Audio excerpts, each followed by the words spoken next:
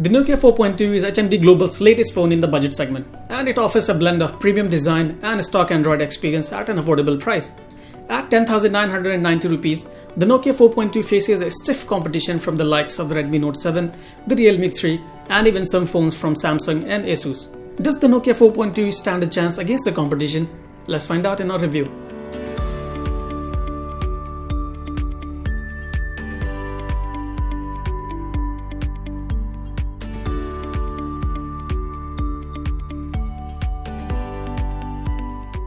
The Nokia 4.2 looks really premium and has an excellent build quality.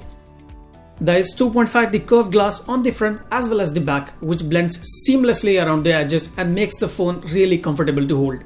But there is a small problem. The glass back is a fingerprint magnet, and every now and then we had to wipe off the smudges with a piece of cloth.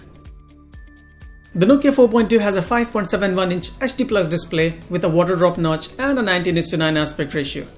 Talking about the quality, well, it could have been better. While text appears sharp and video content looked just decent, the reflective nature of the display posed an issue while using it outdoors under sunlight. The display was good enough for reading content provided the brightness was cranked all the way up to the 100% mark. However, viewing photos and videos with a dark background was quite difficult. Looking over to the competition, one can find phones that offer a better display with a higher resolution and much better viewing angles.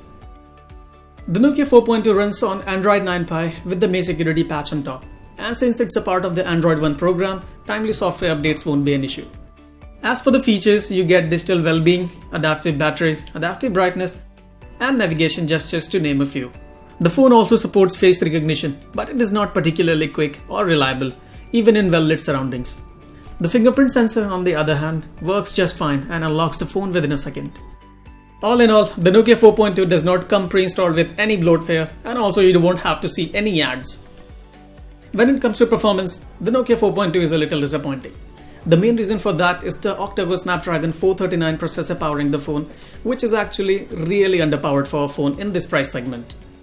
Even phones that are priced lower than the Nokia 4.2 offer a much more powerful processor, such as the Snapdragon 660 or the MediaTek Helio P70 SoC. Day-to-day performance also feels a little sluggish. Switching between apps or multitasking also felt a little jittery on the Nokia 4.2 compared to other phones in this price segment. The Nokia 4.2 is not very good at gaming either. While casual games such as Temple Run and Candy Crush ran smoothly, heavy games such as Asphalt 9, even with the graphics set at the lowest, took a while to load. While gaming, we noticed occasional stutters and input lag in the game. On the imaging front, the Nokia 4.2 packs a dual rear camera setup which includes a 13-megapixel primary camera assisted by a 2-megapixel depth sensor. To take care of selfies, there is a 8-megapixel front camera with f2.0 aperture. But before we talk about camera output and image quality, we have two major issues with the Nokia 4.2's cameras. The first, the camera really struggles to lock the focus, and second, there is a noticeable amount of shutter lag. And also, if you're looking for some fancy camera features like AR stickers, bokeh lighting effects, and dedicated night mode, you will be disappointed. As for the actual camera output, photos captured under natural light looked crisp, and they had average dynamic range. But we did notice some washed out colors in the long range shots captured under daylight. Macros turned out good with punchy colors, but there was not much in terms of surface details upon zooming the images on the large screen. Gradients also looked good, but we have seen better results from the Realme 3 and the Redmi Note 7. When it comes to indoor situations, the camera struggles under fluorescent light, and the images captured had a hazy, washed out appearance with reduced sharpness. Moving over to the front camera, the photos captured by it looked sharp and natural, and thankfully there was no skin smoothening or whitening by default. The phone's algorithms also did a decent job at separating the subject from the background and applying the blur effect. However, there is a good amount of softening done on the photos, and those captured under low light have a lot of grainy texture. Talking about videos, both the front and rear cameras can record videos at full SD and HD resolution.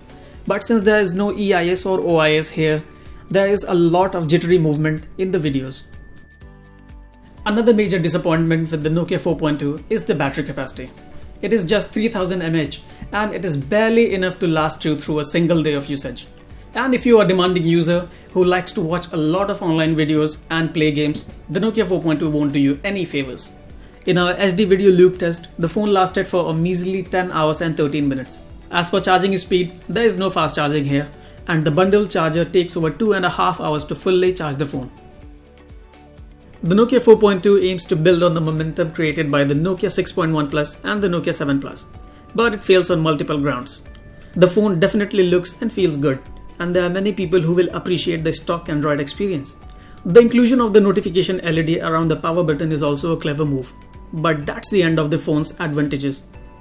The Nokia 4.2 is held back by an underpowered processor as well as cameras that struggle with performance and lack of features that buyers might like to have. To put it simply, the asking price of Rs 10,990 is too steep for the Nokia 4.2. Compared to lower price rivals such as the Redmi Note 7 and the Realme 3, the Nokia 4.2 is quite disappointing, both in terms of hardware specifications and the overall performance.